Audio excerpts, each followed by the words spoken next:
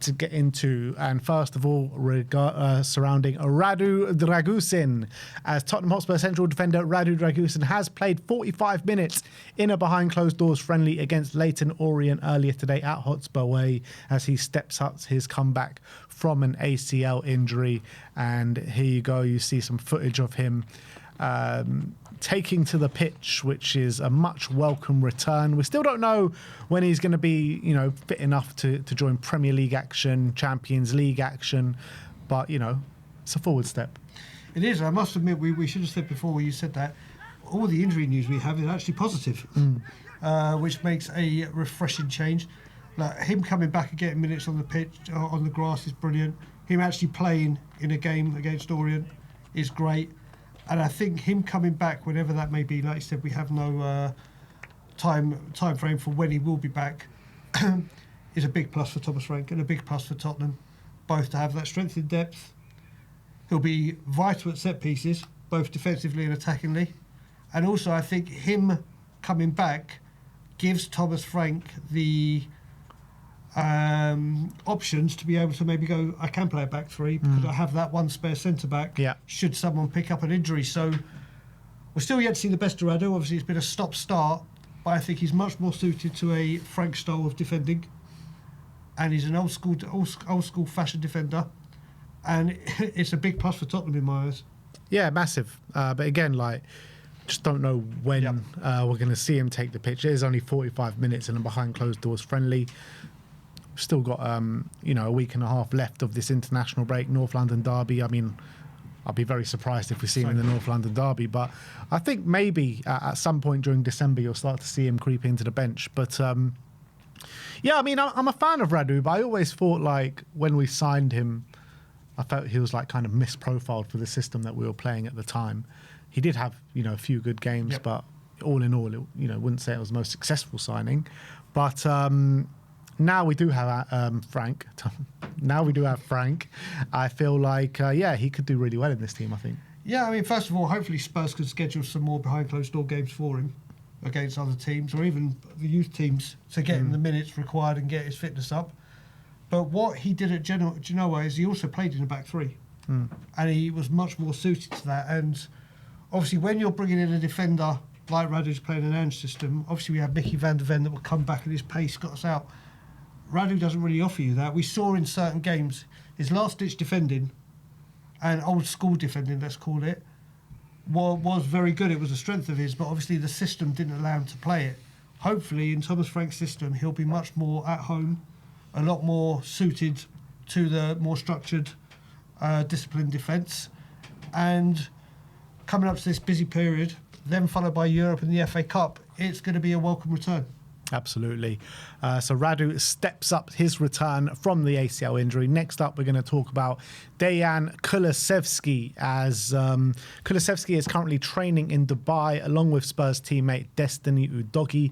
He has been seen going through drills with a Spurs coach training on the grass, which is great progress in his recovery. He hasn't featured for Tottenham since May 2025, and when he did get injured, Ange Postecoglou did say that it was just a knock, but Thomas Frank does say he has a good chance to return and have him back playing before the end of 2025, which would be a major boost for Tottenham Hotspur, much bigger for me than the likes of Radu Dragusin. I just think Spurs are missing someone like Decky so much, man. His physicality, his ability to get a goal contribution, his creativity, just everything that he offers the team, Spurs are missing right now. Yeah, I mean, when you look at it and compare it to Radu Dragusin coming back is great because obviously it offers the options to rotate with Van der Ven and Romero, so they don't need to play so much. Back three. Kulusevski, however, if you look at it, we've been talking about this midfield and what it's been lacking. Some of the key attributes we're missing, you will find in Dejan Kulusevski. And to see him in warm weather training and actually stepping up his rehab is great. It's great to see Destiny out there and they're working on Destiny Way. He hasn't been called up. But where we think people are saying, and you can look at it and say, where does Kulusevski play? Does he take that right position when we move Kudus forward? Does he play as a 10? Does he play as an 8? Does he? That's what he offers, doesn't it? And we are missing it, and it offers options for Kulusevski to come in. He will be a very, very, very welcome sight to see back in the starting lineup or amongst the squad at Tottenham. And you look at, well, for me, like, I think he fits in a number of places, first of all, but I think in this kind of new setup that Frank has got us playing, where you've got one winger out on the touchline and one winger coming in inverted, I think that inverted winger role that we're playing right now, I think that suits Decky to an absolute T, man. It really does. It really could do. I mean, like I said, there are so many options of where he could play. I mean, you could even question, could he, as a makeshift, even play on the left and play in a new position? He does give us options, and like I said, especially with the Christmas fixture list, if he could be fit for that, the intensity of the games, the way they quickly come round, added some power, added some strength, added some stamina, adding box to box, and he is very hard to get off the ball, isn't he? And it's something we have been missing in the way he carries the ball.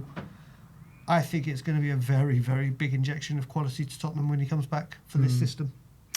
In terms of some potential transfer news, let's talk about our former captain and current legend, Son Heung-min, obviously plying his trade out in Los Angeles right now. There's been a bit of a clamour, especially from me. I've probably been leading the clamour for Son to come back on loan after the MLS season finishes this month. However, Son has completely shut down those rumours, in quotes, in the last 24 hours. And he says, "I've never spoken to any club about a winter move. Such talk is simply untrue for me. Showing respect to my club, giving them everything where I play, that's what matters most, and that won't change. I won't leave LAFC this winter or ever while I'm here. I respect the club deeply. As long as I'm wearing this badge, there'll be no such thing as a loan or a move. Never. I know fans get confused when rumours fly, but those stories aren't true, and honestly, it might be disrespectful to my team to even talk that way. I love this club, and I have a huge respect for everyone here."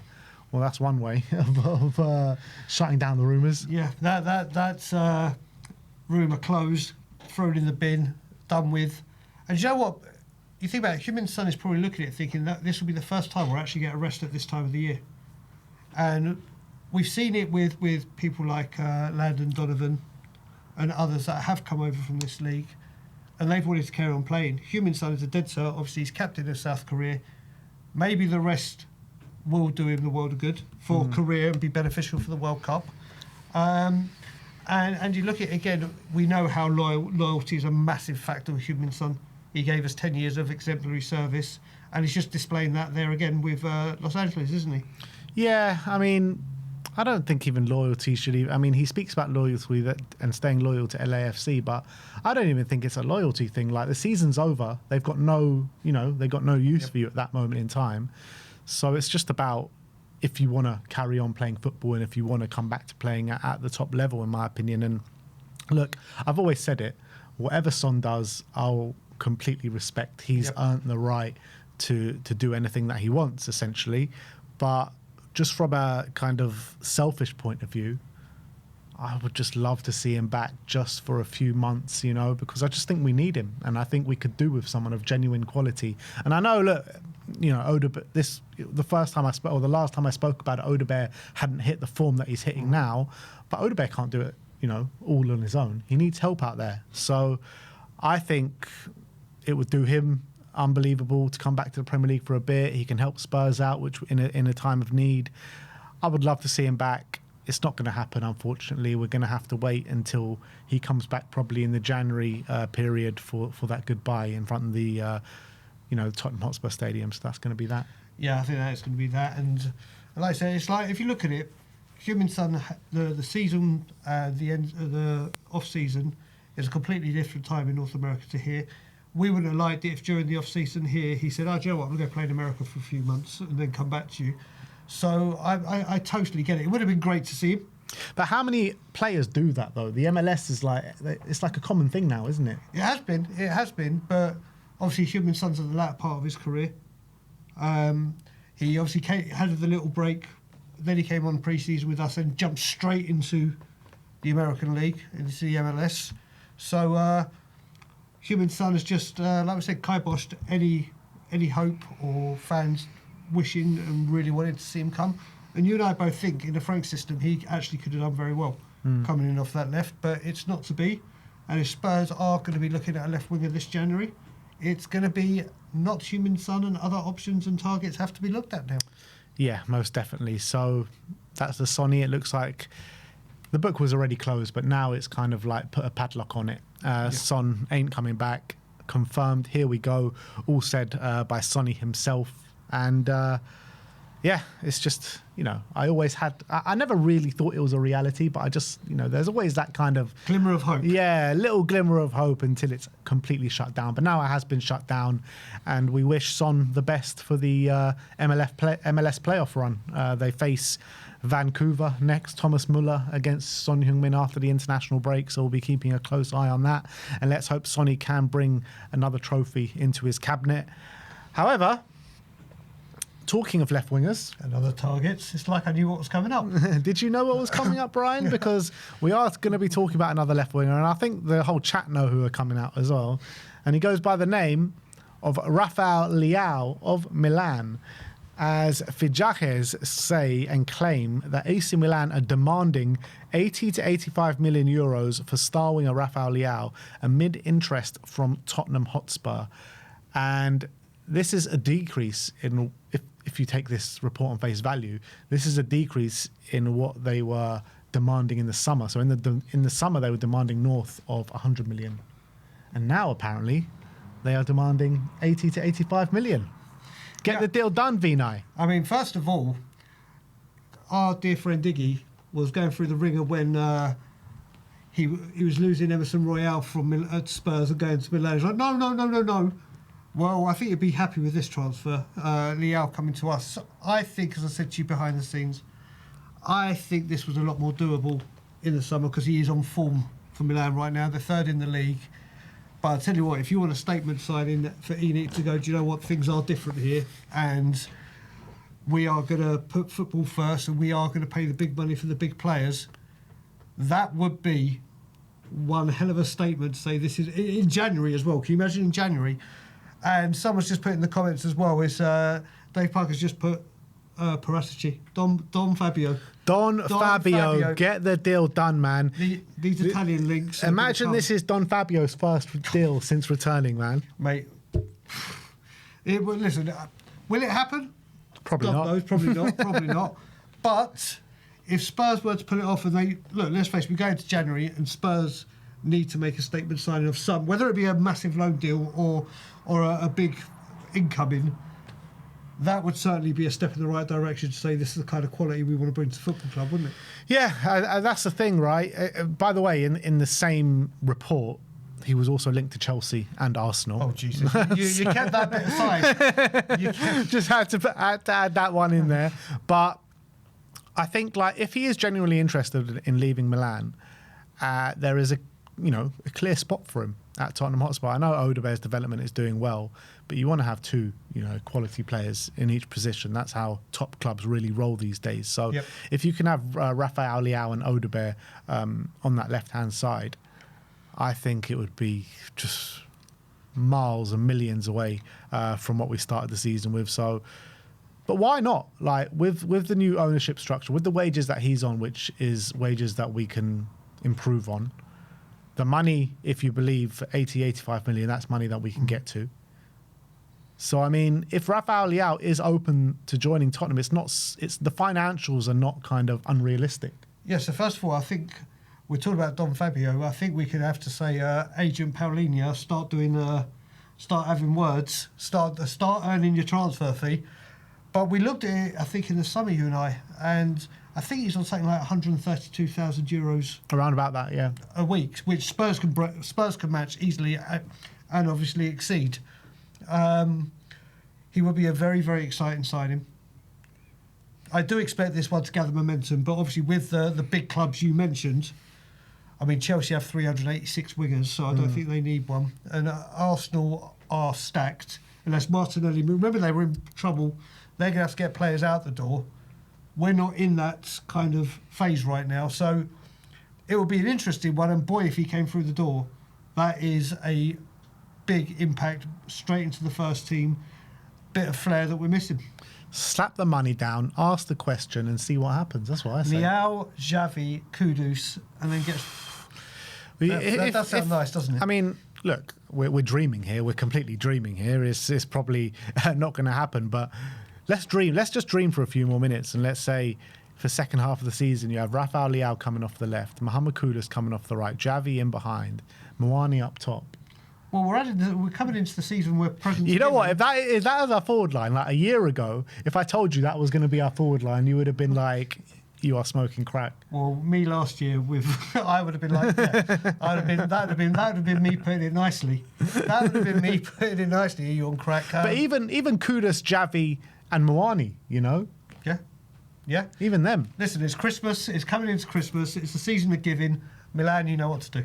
100%.